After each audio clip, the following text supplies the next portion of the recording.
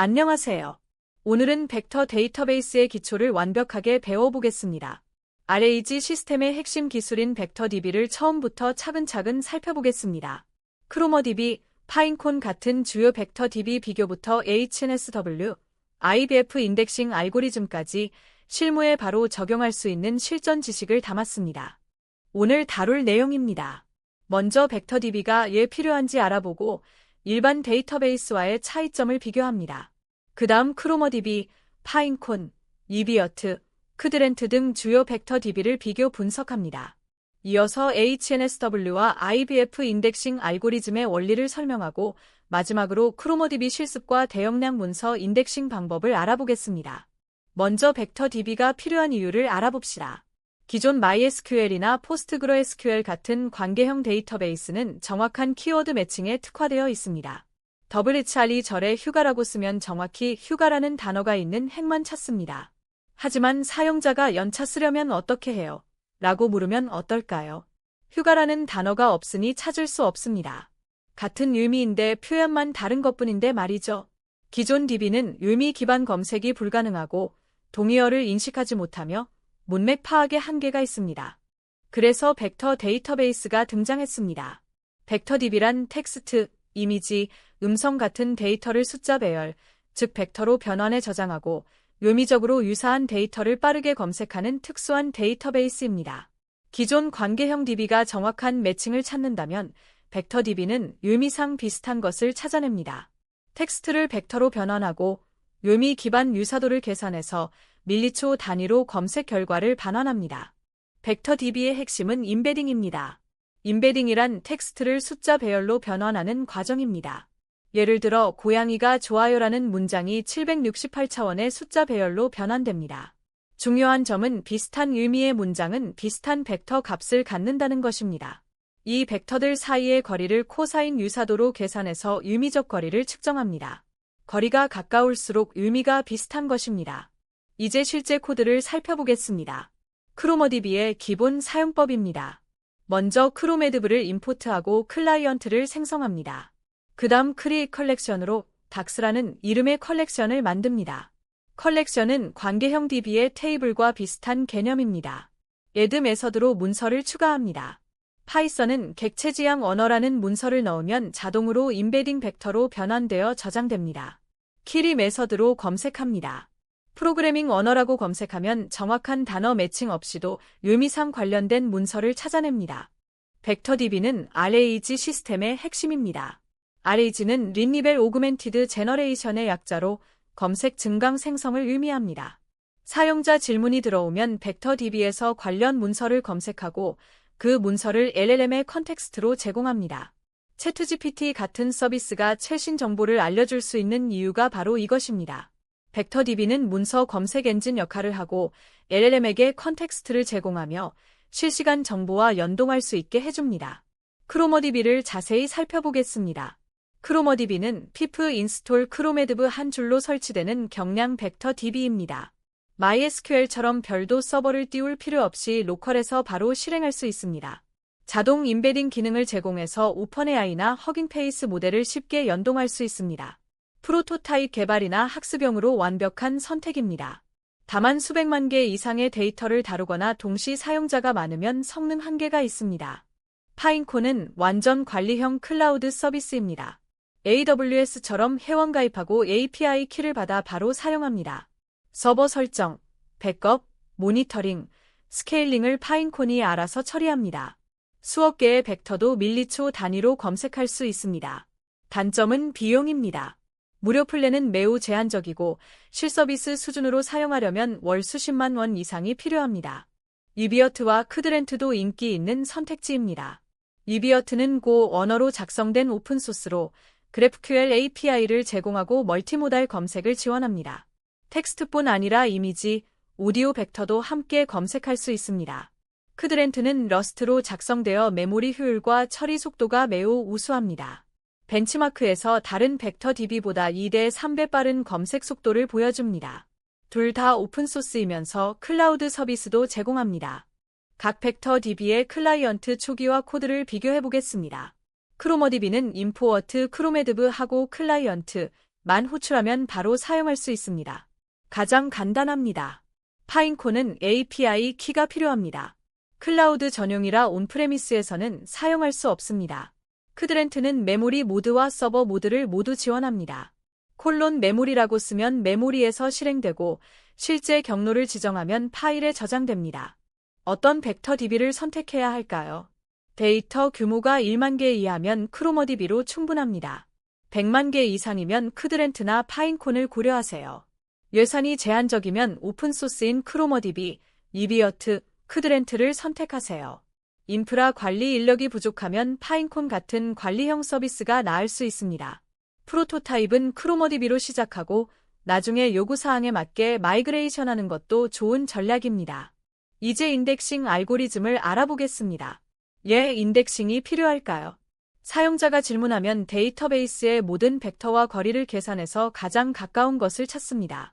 100만 개의 벡터가 있다면 100만 번의 거리 계산이 필요합니다. 각 벡터가 768차원이면 매번 768개의 숫자를 비교해야 합니다.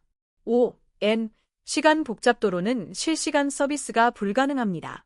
바로 여기서 인덱싱 알고리즘이 등장합니다. HSW는 하이라키컬 네버거벨 스몰 월드의 약자입니다. 벡터들을 계층적 그래프로 구성합니다.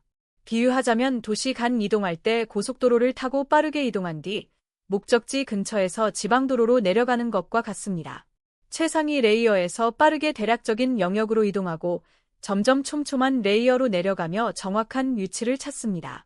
100만 개의 벡터에서도 밀리초 단위로 검색하고 정확도도 높습니다. 그래서 크드렌트, 이비어트 같은 고성능 벡터 DB들이 기본 알고리즘으로 채택했습니다. IBF는 인버티드 파일 인덱스의 약자로 완전히 다른 접근입니다. 먼저 벡터들을 클러스터로 그룹화합니다. 도서관에서 책을 주제별로 분류하는 것과 같습니다. 검색할 때는 먼저 질문 벡터가 어느 클러스터에 가까운지 찾고 해당 클러스터 내부의 벡터들만 검사합니다. 메모리 효율이 좋지만 클러스터 경계 근처의 벡터는 놓칠 수 있어 정확도가 다소 낮습니다. 대부분의 프로젝트에서는 HNSW 기본 설정으로 충분합니다. 크로모DB에서 HNSW 인덱스를 설정하는 코드입니다. 세팅즈에서 털레멀리를 비활성화할 수 있습니다. 크리에이트 컬렉션에서 메타데이터의 HNSW, 스페이스를 코사인으로 지정합니다. 이렇게 하면 코사인 유사도를 사용해서 벡터 간 거리를 계산합니다. 코사인 유사도는 방향의 유사성을 측정하고 L2는 절대적인 거리를 측정합니다. 대부분의 텍스트 검색에는 코사인이 적합합니다. 실제 서비스에서는 데이터를 영구 저장해야 합니다. 크로메드브, 클라이언트는 메모리 모드라서 프로그램 종료 시 데이터가 사라집니다. 퍼시스턴트 클라이언트를 사용하면 파일 시스템의 데이터를 저장합니다. 패스에 지정한 디렉토리에 SQLite 데이터베이스와 벡터 인덱스 파일이 생성됩니다. 프로그램을 재시작해도 데이터가 유지되므로 실서비스에서는 반드시 퍼시스턴트 클라이언트를 사용해야 합니다. 이 코드에서 중요한 부분을 살펴보겠습니다. 먼저 퍼시스턴트 클라이언트의 경로를 지정해서 영구 저장소를 설정합니다. add 메서드에서 다큐먼트의 원본 텍스트를 메타데이터즈의 카테고리 같은 추가 정보를 넣습니다. 키리에서 유어 파라미터로 메타데이터 필터링을 합니다. 연차 어떻게? 라고 검색하면 유미상 유사한 휴가 신청은 인사팀을 찾습니다. 웨어 조건으로 H차어 카테고리만 검색해서 정확도를 높입니다. 이것이 하이브리드 검색의 핵심입니다. 대용량 문서를 처리할 때는 첨킹이 필수입니다. 한 PDF가 100페이지면 수만 단어가 하나의 벡터로 압축됩니다. 이렇게 되면 검색 정확도가 크게 떨어집니다. 해결책은 문서를 적당한 크기로 나누는 것입니다. 300에서 1000 단어 사이가 적절합니다. 너무 작으면 문맥을 잃고 너무 크면 검색 정확도가 저하됩니다. 문장 단위로 자르거나 의미론적 첨킹을 사용할 수도 있습니다. PDF에서 텍스트를 추출하고 첨킹하는 코드입니다. 첨텍스트 함수는 텍스트를 단어 단위로 나눕니다. 청 사이즈가 500이면 500단어씩 분할합니다.